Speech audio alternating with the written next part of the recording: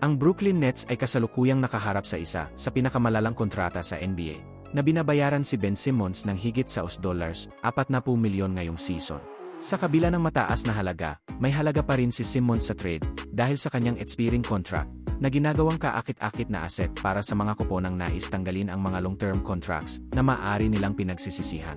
Si Stephen Noh ng Sporting News ay nagmumungkahi ng isang kapanapanabik na trade scenario na kinasasangkutan ni Simmons at ng Golden State Warriors na nakasentro sa isa pang dating isa overall pick, si Andrew Wiggins.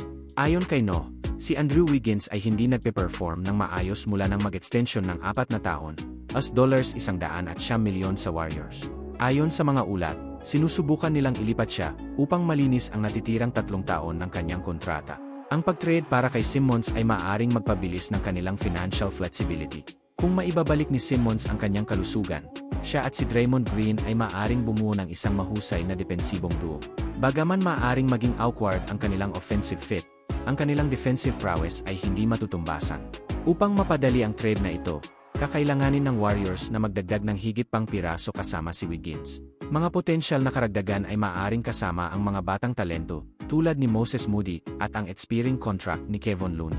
Si Wiggins, na nahihirapan mula ng tulungan ang Warriors na makuha ang kampyonato noong 2022, ay maaaring makinabang mula sa isang bagong kapaligiran at isang pinalawak na role na posibleng mag-boost ng kanyang kumpiyansa at performance.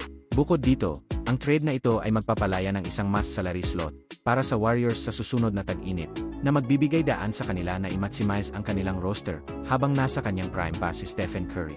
Maaari bang baguhin ng isang trade sa pagitan ng Nets at Warriors na kinasasangkutan sina Ben Simmons at Andrew Wiggins ang mga kinabukasan ng parehong koponan?